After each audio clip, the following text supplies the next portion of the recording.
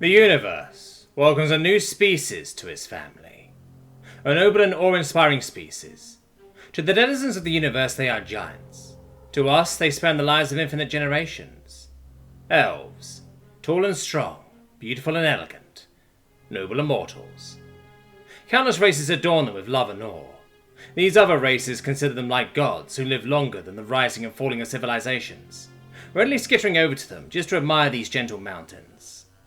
These newcomers are warm and kind, with children the size of towns who play with us without concern. Spending your cycles in the presence of these higher beings is a blessing.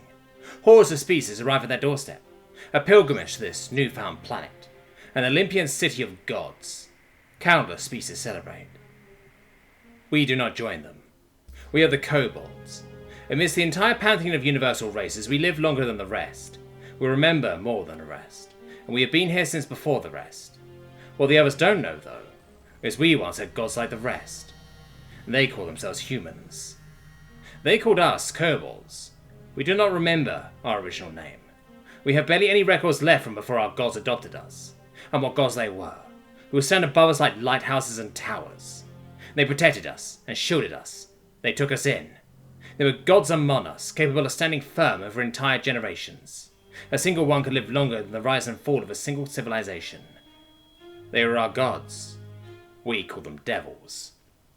Whirlwinds and warriors, titans among fighters. The humans were tumultuous. Infighting and aggression ruined them. Great ancients that would rule the stars and heavens, but then fight over many petty things like children.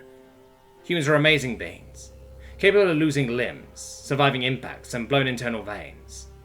Temperature seemed but a suggestion to them, where we needed support just to loyally follow them into infernos and frozen hellscapes. Legends retell such stories with firm confidence and consistency, no matter how unbelievable they seem.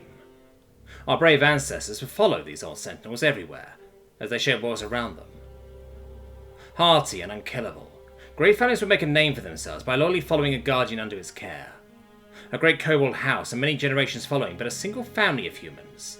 We would fight beside, cry beside, and die beside our old redwoods. Their fights were our wars, their great battles our extinction events, their wars laying waste to entire generations of kobold. They fought in terms of small skirmishes, we defined them by eras. Our history torn apart over and over, as both time forgot it, and what was written down faded away. Our history eventually stopped being defined by old traditions, but by human records. Great ancient human libraries were the only things that could stand the test of time. It took everything we had to finally turn on them. They were immortals, unbreaking and hard to kill. Bruising and slicing, destroying and starving, they could grin and bear almost anything. They were massive giants that could blot out suns, and they were spread far across the heavens. When we finally stood up for ourselves, we knew it would not end well unless we removed them from their thrones. We had to kill our own gods, our own demons. Many humans could not come to terms with their old bloodlines or family suddenly turning on them. Only a few more could see past the perspective of pets rebelling. Blood filled the space between stars. Humans are not just hard to kill, they are prone to random acts of survival, scattering like unkillable cockroaches to the corner of every world that could support them. It cost our ancestors millennia of cycles. It cost us in blood. We paid that debt down with our very identity as a species.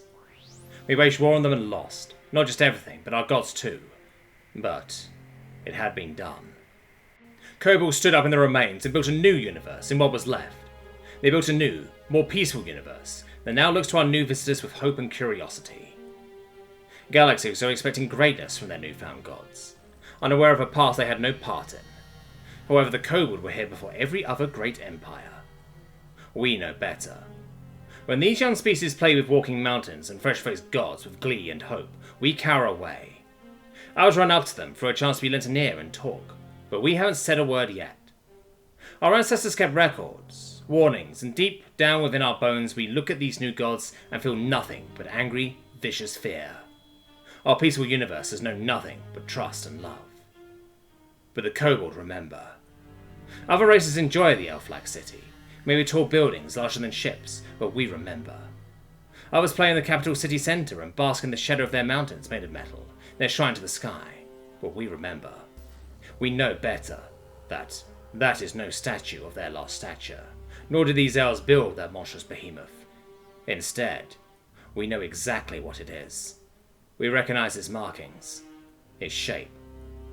We, the oldest race in the universe, cower at the foot of our new gods Olympad, and shy away from them in shivering cold sweats, because that is a sublight speed colony ship made by humans.